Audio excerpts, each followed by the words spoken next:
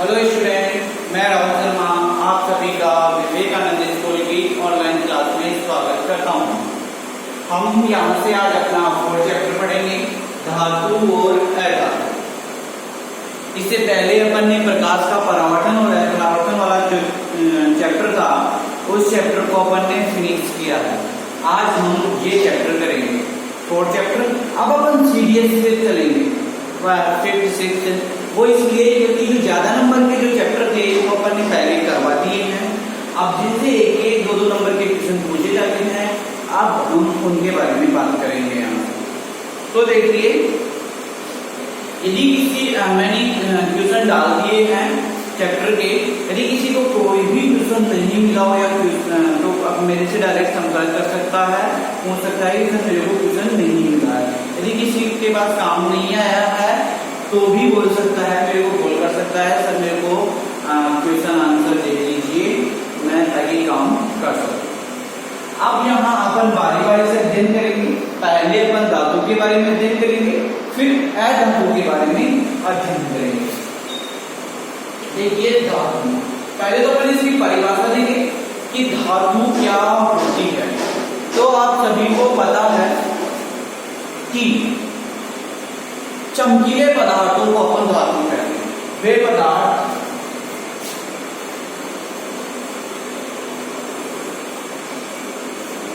जो चमकीले होते हैं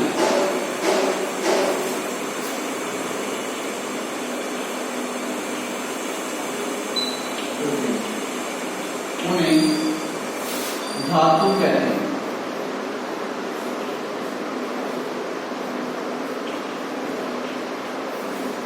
पहली परिभाषा तो आपके पास ये है, इसी की अथवा करके आप दूसरी परिभाषा भी लिख सकते हो।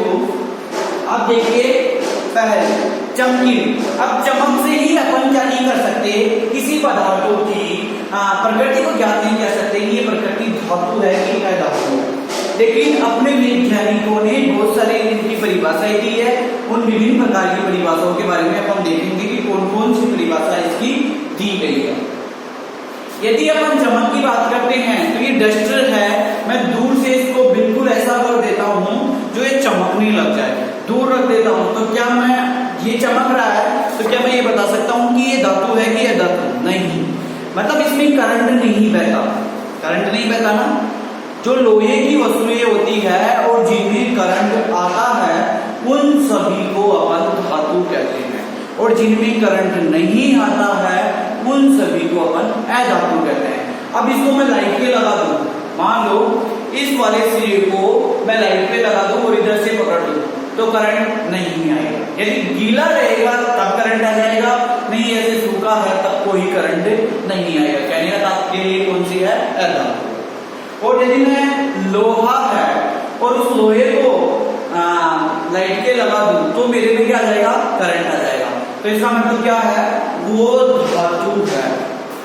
तो अपन यहाँ अथवा करके इसकी परिभाषा दे सकते हैं, वे पदार्थ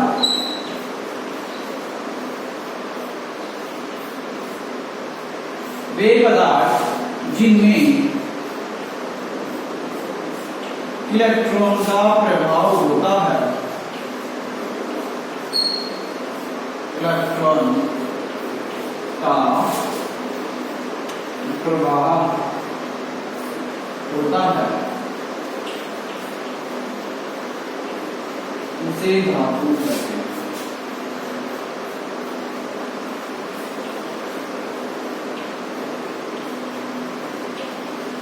मतलब यदि इसमें इलेक्ट्रॉन बह रहे हैं, करंट आ रहा है, तो उसको अपन क्या नाम दे दिया गया? धातु नाम दे दिया गया। अपनी बुक में ये दो परिभाषाएं दी गई है, तो आप सभी को क्या करना है? इन दोनों परिभाषाओं का नाम लिखना, दोनों परिभाषाओं को याद रखना है। जिसको जो परिभाषा पसंद आए वो परिभाषा आप लोगों को याद करनी है। अब देखिए, इससे आगे का जो टॉपिक है उसके बारे में डिस्कस करते हैं। आगे का क्या टॉपिक आएगा? तो धातुओं के भौतिक गुणधर्म। यहां से इसका टॉपिक क्या है? धातुओं के भौतिक गुणधर्म।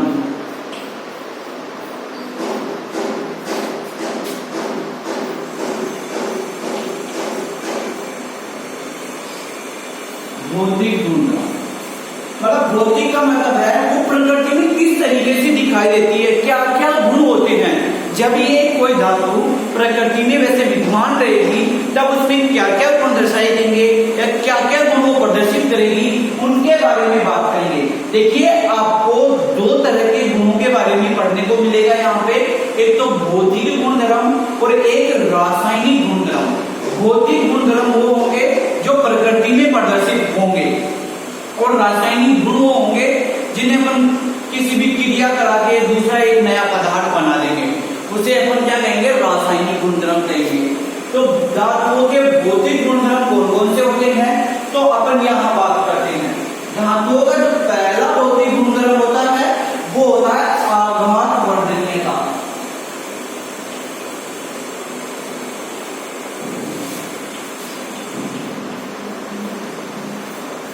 क्या हो गया, आघात वर्धनीयता।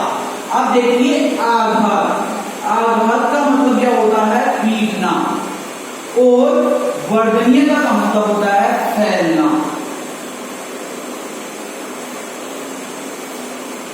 आघात का मतलब क्या होगा, पीटना, और वर्धनीयता का मतलब होता है फैलना। तो ये क्या होती है, जब अपन धातुओं को पीटते हैं, पीटने के बाद में क्या हो जाती है, वो फैलने लग जाती है।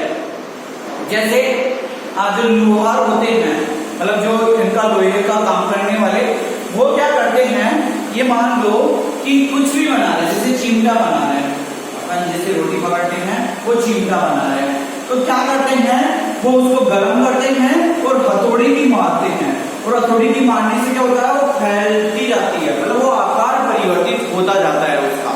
तो ये क्या होता है, पीट कर किसी भी रूप में डालने की जो क्रिया होती है, जो गुण होता है, वो आघात वर्धनीयता कहलाता है।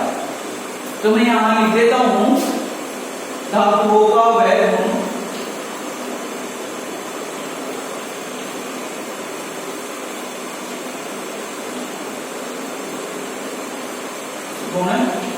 जिसमें धातुओं को पीटकर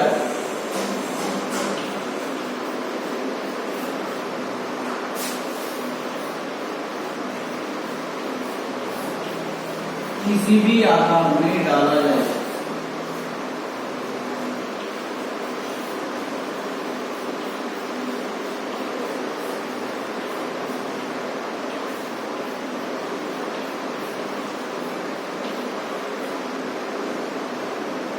तो वह गुण, तो धातुओं का यह, तो धातुओं का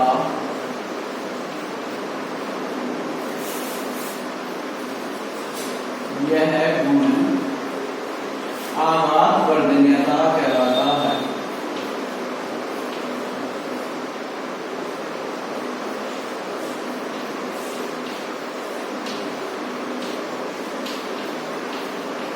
इस अवस्था में क्या हो रही है, धातुएं पीट कर अपने आकार को बढ़ा रही है, तो इस गुण को अपन ने क्या कह दिया, आघात वर्धनीयता कह दिया है। ठीक है, तो धातुओं में कौन से गुण पाए जाएंगे, पहले तो आघात वर्धनीयता का गुण भी पाया जाता है धातुओं के अंदर। इसके बाद अपन बात करेंगे तन्यता की। इसके बाद अपन, तो अब इसके दूसरे गुण की बात करेंगे अपन तन्यता के बारे में। अब तन्यता क्या होती है, अपन इसके बारे में यहां डिस्कस करेंगे।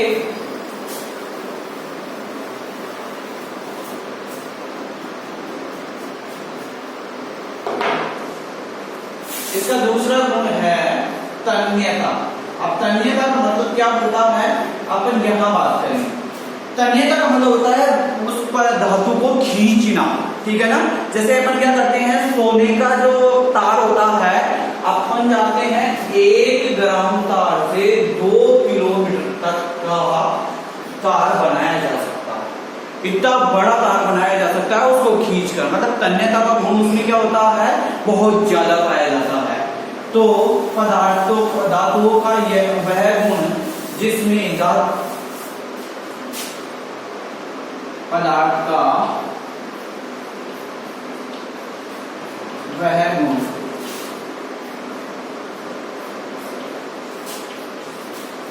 जिसमें उसको खींचकर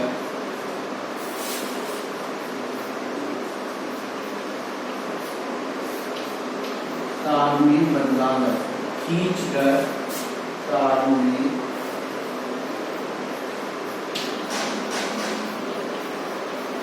बदला जा सकता। ठीक है, तन्यता का मतलब होता है खींचना, कौन सी कितना उसको अपन खींच सकते हैं उसके बारे में बोल रहे हैं। तो जो धातुएं होती है ना उसको अपन क्या कर सकते हैं, खींच भी सकते हैं। जैसे ये क्या है, अधातु है, तो क्या आप इसे खींच सकते हो? नहीं। यदि आप इसको खींचने की भी कोशिश करोगे तो ये टूट जाएगा, मतलब इसमें प्रत्याशा नहीं होगी।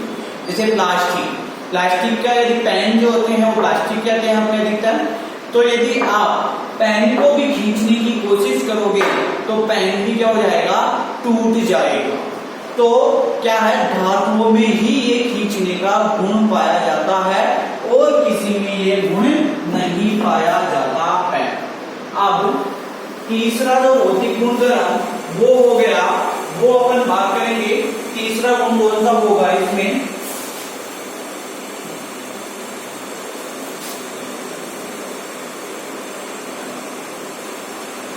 विद्युत चालकता।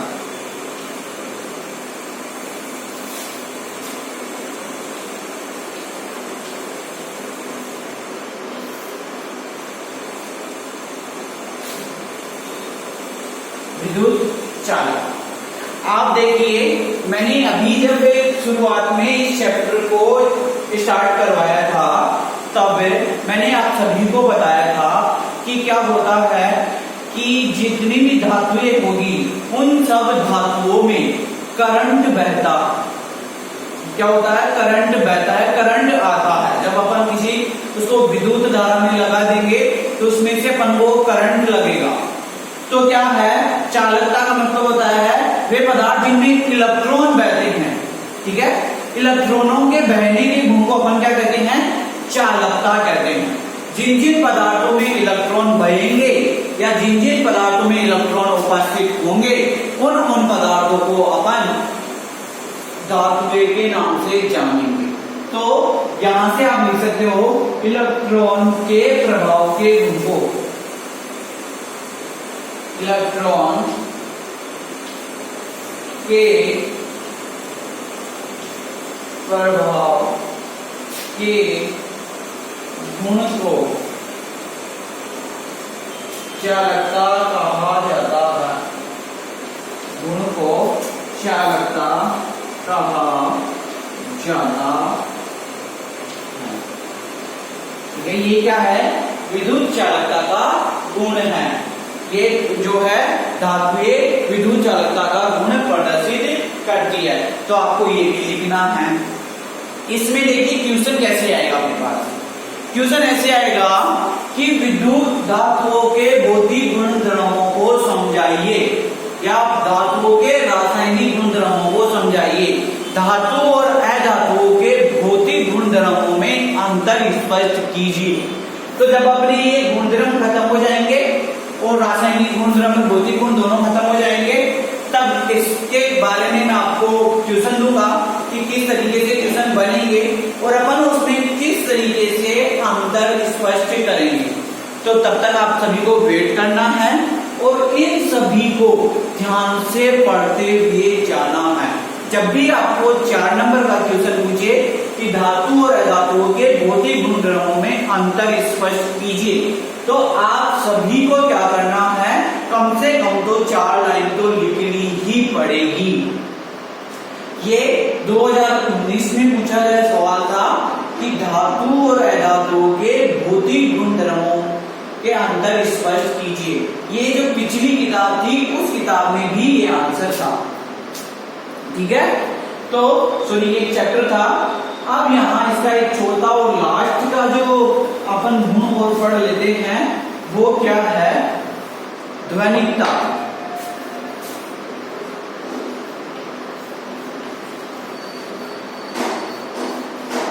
ध्वनिकता, ध्वनिकता का मतलब होता है यहाँ पे जो भी वस्तुएं करेगी उस आवाज उत्पन्न करने के गुण को अपन ध्वनिकता कहते हैं। और ये ध्वनिकता जो होती है सिर्फ और सिर्फ धातुओं के द्वारा ही उत्पन्न की जाती है। मान लिया जाए कि क्या है, एक तो लकड़ी की घंटी बनाई जाए जो इस तरीके की जो घंटी रहती है, ठीक है, और एक लोहे की घंटी बनाई जाए। जो मंदिरों में जो घंटी होती है ये तो मान लिया जाए लकड़ी की घंटी है और ये क्या है, लोहे की घंटी है। अब दोनों को यदि आप बजाते हो तो सबसे ज्यादा ध्वनि किसमें निकलेगी? आप सभी को पता है कि वो लोहे में निकलेगी।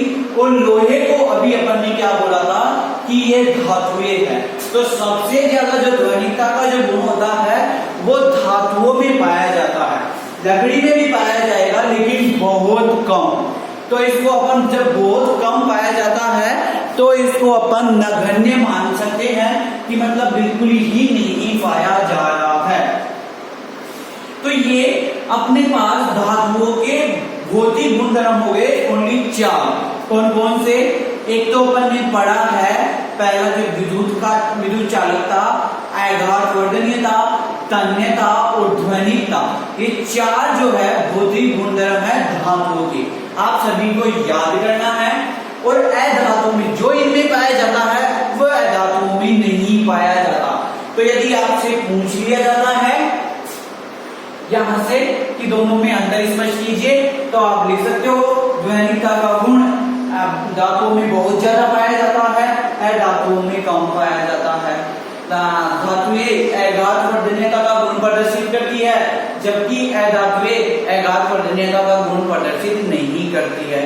धातुओं में तन्यता का गुण बहुत ही महत्वपूर्ण गुण है जबकि अधातुओं में तन्यता का गुण नहीं पाया जाता है।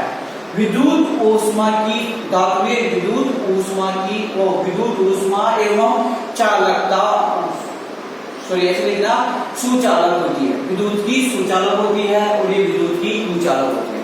सुचालक का मतलब होता है जिसमें धारा बह जाती है, करंट आ जाता है, उन्हें सुचालक कहते हैं। और कुचालक उन्हें कहते हैं जिनमें करंट नहीं आता है।